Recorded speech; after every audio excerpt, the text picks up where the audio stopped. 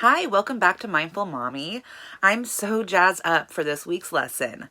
Last week, you became more mindful of your triggers and how you're responding to stress in your life. Stress plays a huge role in managing your mindset and your mommy energy and just creating a life that you love. So now that you have a basic practice for recognizing and responding to your triggers in a more productive way, I want to give you the tools to take stress management a step further. Tools that will create resiliency to stress, not only before it happens, but while it's happening, so that you can soothe that stress when it's affecting you the most. To make this shift in your mindful mommy mindset, we're going to be exploring your 4 bodies and how to balance and nurture each one. So let's start with introducing each body. Our being is made up of 4 separate bodies that manifest themselves in so many different ways, and each body is equally important to bringing health, balance, and light in your life. These bodies are your emotional, mental, physical, and spiritual bodies. 2 of these bodies are known to be masculine, your physical and mental, and the other 2 feminine, your emotional or spiritual. This is important to acknowledge because it explains why we're so out of whack. Our culture generally emphasizes the masculine side of things when it comes to our overall health and wellness, leaving our spiritual and emotional side to fend for themselves. So this week we're going to go over each body, and then I'm going to provide you with a practice that's going to help you build resiliency to the stress before it happens within each body.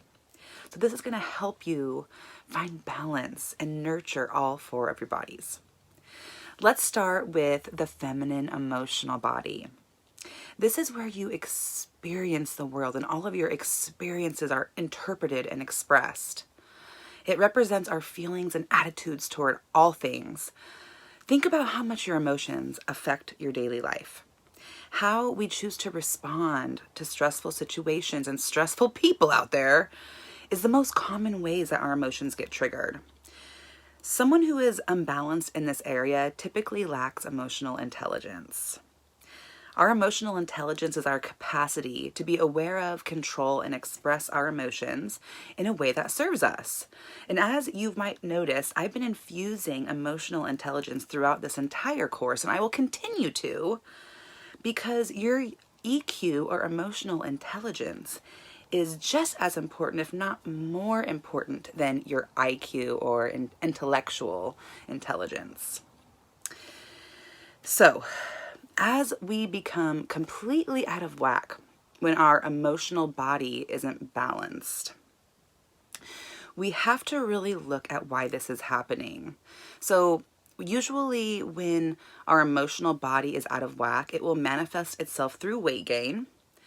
It can also be represented by lacking trust or empathy towards others, or just ultimately affecting the quality of your relationships in general.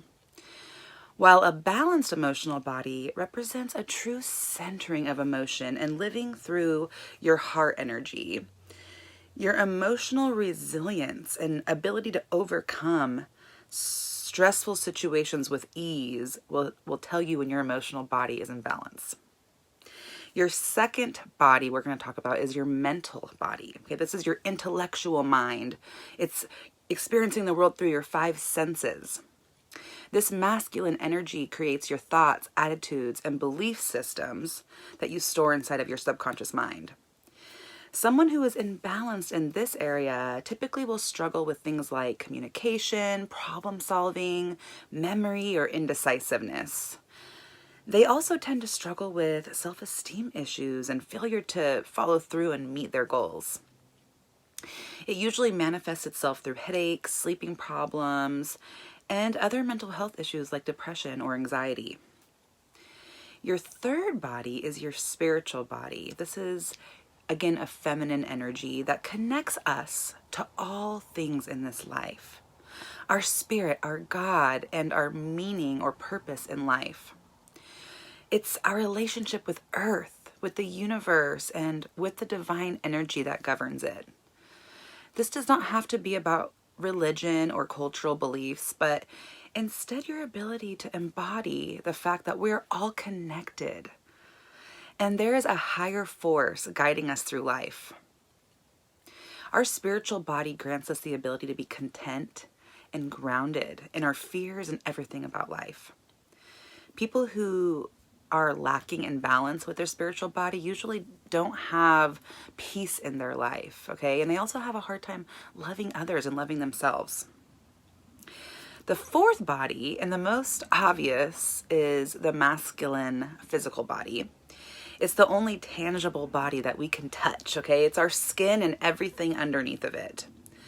A balanced body, physical body, is free of sickness and pain. It's flexible, it's healthy.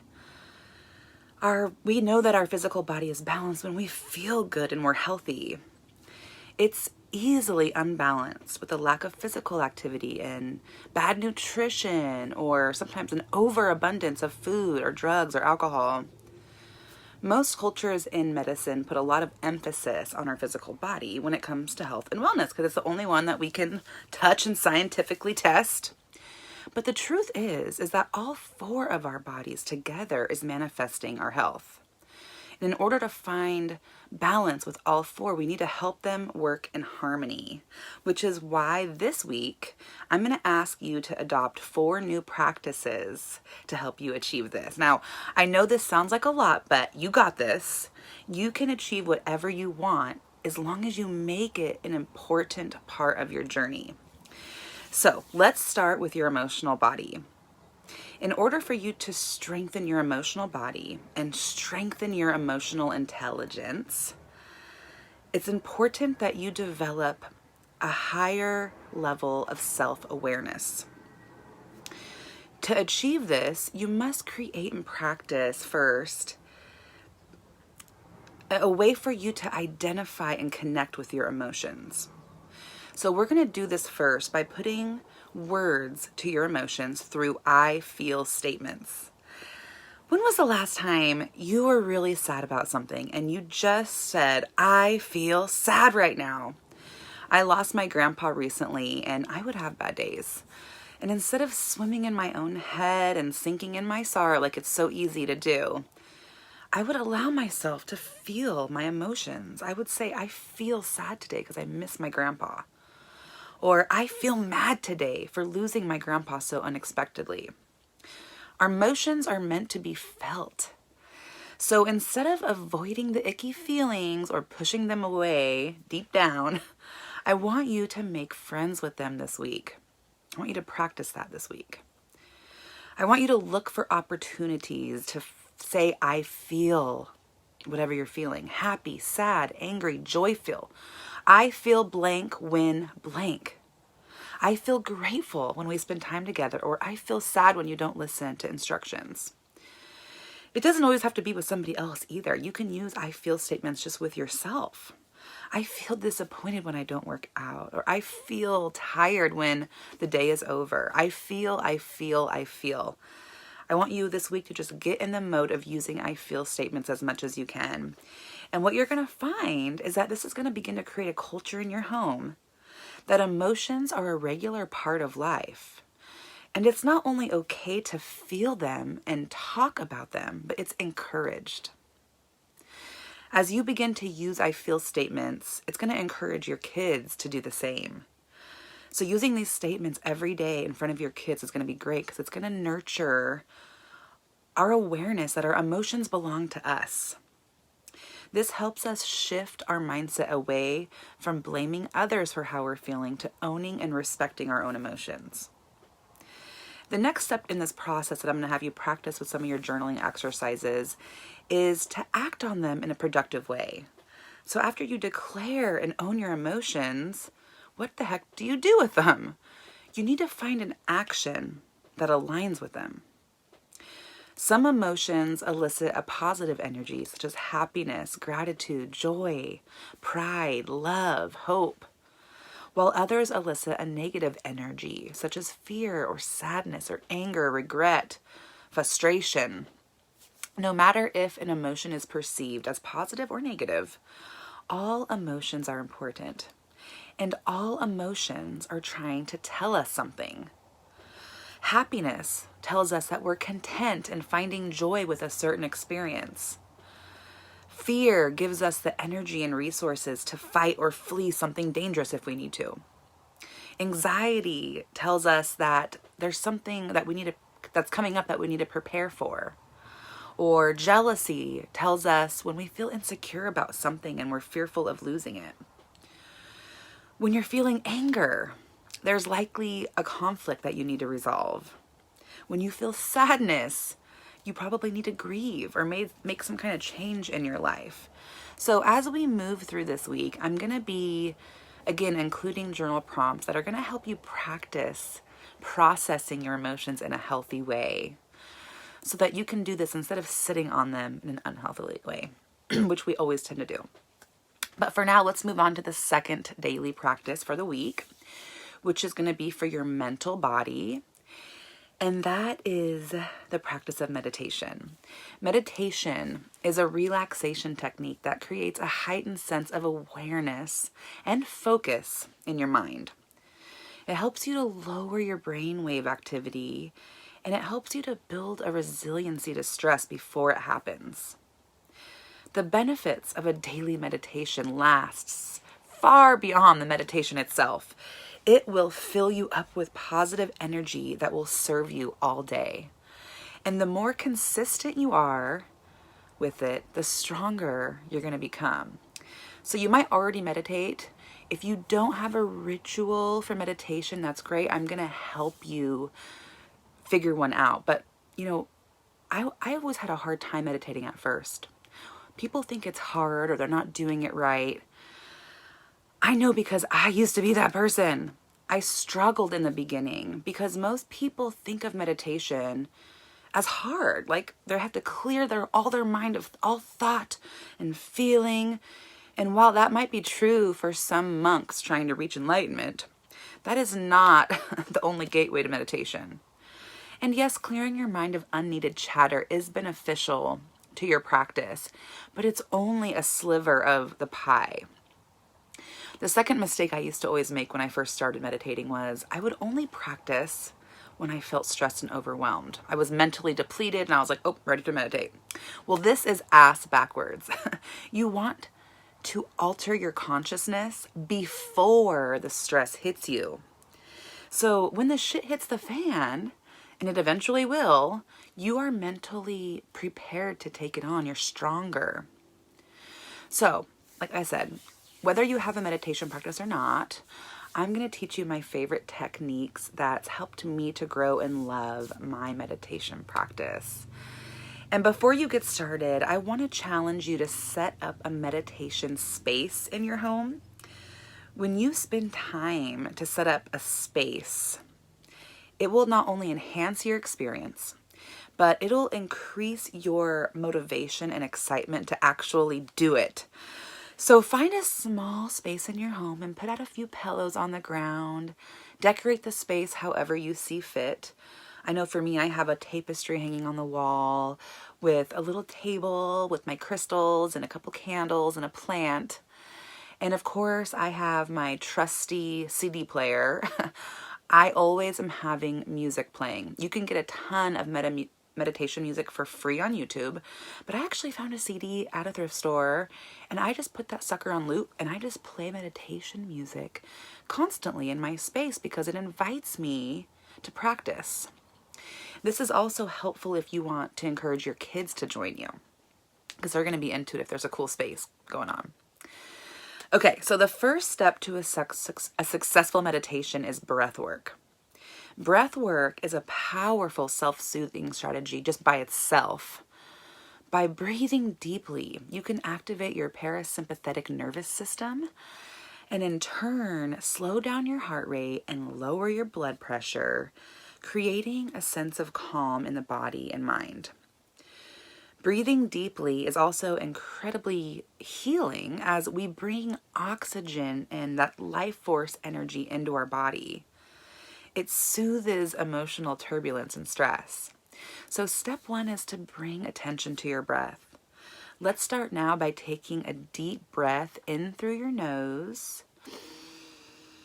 Allow your lungs to fill to the max as you inhale Your belly and chest should rise to the max, and then breathe out slowly through your mouth.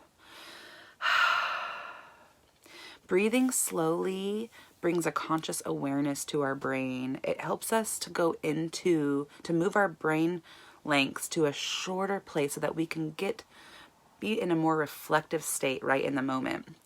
So after you breathe deeply and focus on your breath for a few minutes, step 2 is to learn how to let your distractions pass. So as you return your breathing to normal, bring attention to your thoughts. This is the part where we try to relax the mind, that sliver of the pie. Clearing your mind of thought gives it a much needed break from the overactive thinking we do all day. So I like to imagine that I'm cleaning my mind just like I would be cleaning my house. I start with cleaning down my mind like I would be a whiteboard. Just keep cleaning it, and as new thoughts come on to the whiteboard, I just keep erasing them. Just acknowledge it and wipe it off with your eraser. Another technique I like to use, if you don't like this one, is the cloud technique. So as images or words come into my mental screen of my mind, I imagine them being caught by a cloud and literally just floating across my screen like it's floating across the sky until it's off of my screen. After you practice doing this for a few minutes, the next step is to begin to create an intention or purpose with your meditation. You can do this by focusing on positive affirmations, thoughts of gratitude, or by powerful visualizations. I like to go to my happy place. Take that dream vacation or focus on your favorite day, a perfect day. The last step is to give yourself thanks. So as you slowly open your eyes and begin to wake your body, say thank you for taking the time to practice meditation. Feel how the meditation has made you feel.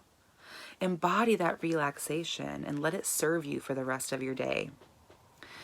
All right, let's get into the third ritual for this week, which is for your spiritual body. And real quick, I know this video is a little longer than the other, so I want to invite you to take a quick stretch, shake your body around a little bit, even pause this video and go get a drink if you need to, because I'm about to jump into the next practice, and it's so powerful and amazing. I want you to be bright and awake and feeling your best. Okay, so for your spirit, I want to teach you a practice that will help you diffuse stress and anxiety in the moment you're experiencing it, while also helping you to connect to your spiritual self on a higher plane of consciousness. It's the practice of Ho'oponopono. When I lost my twin girls in stillbirth, I went on a spiritual mission.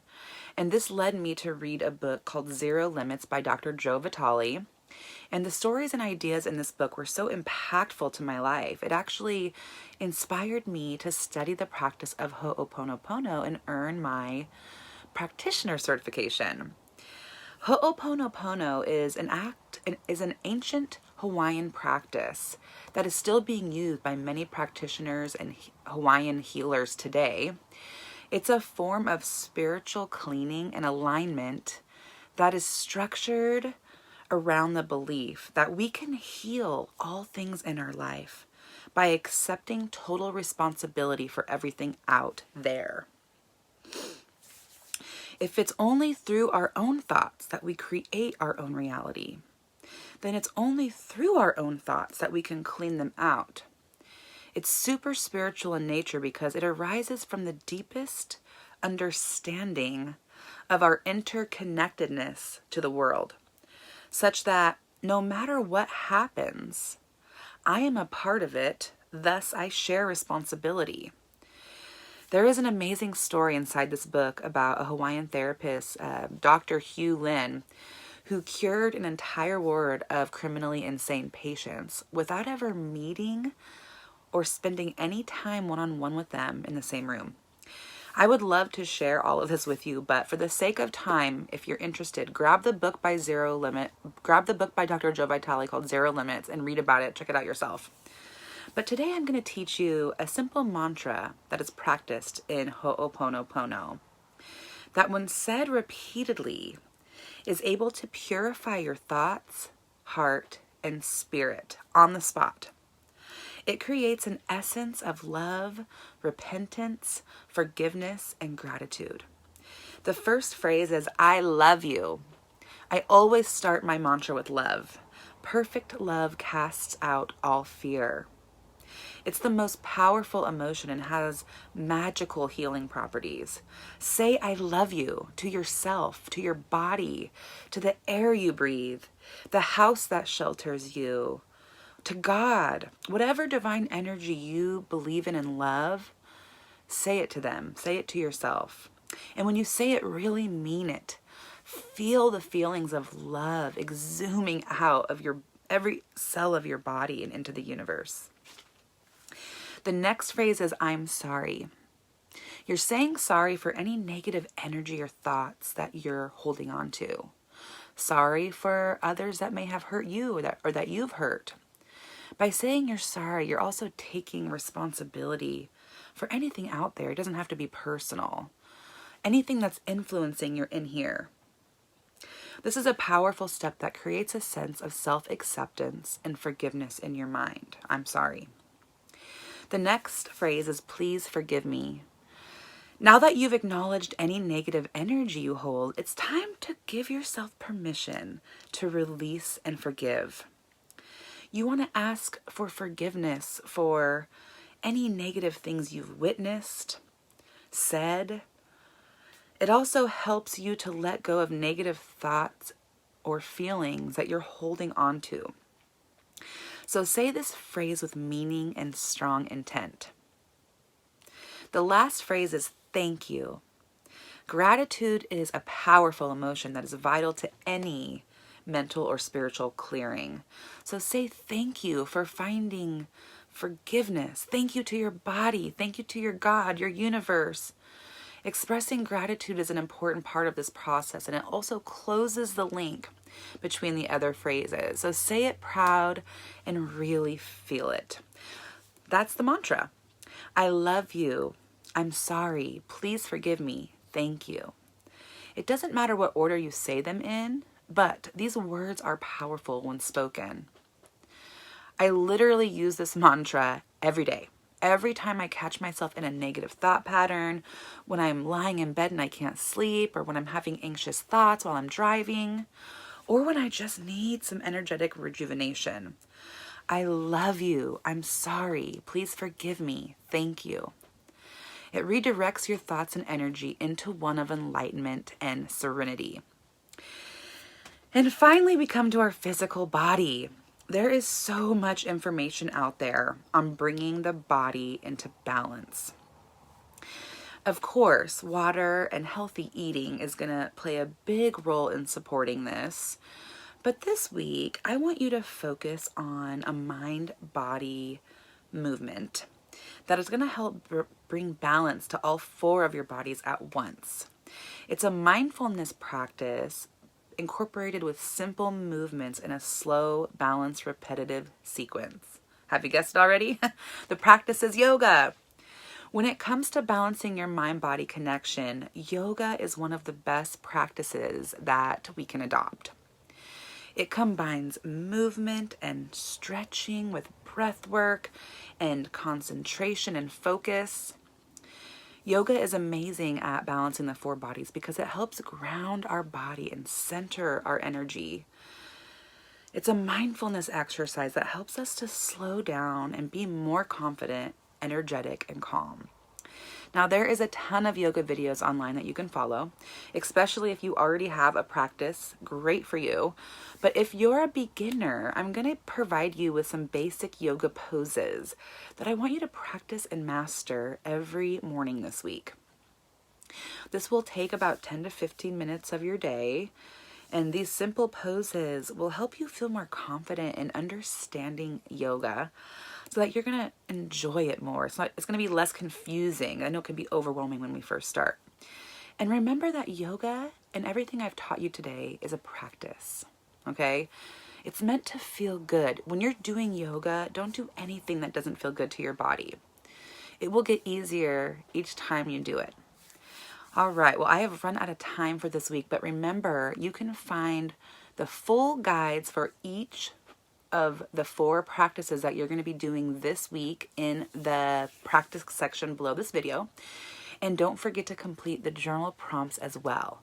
You can do it, mama. This includes this module of the course. Congratulations. And I hope to see you next week as we move into a new module of the course, which is all about healing our generational habits that are holding us back from being that patient, peaceful mom that you want to be. So have fun practicing these new rituals, and I will see you next week.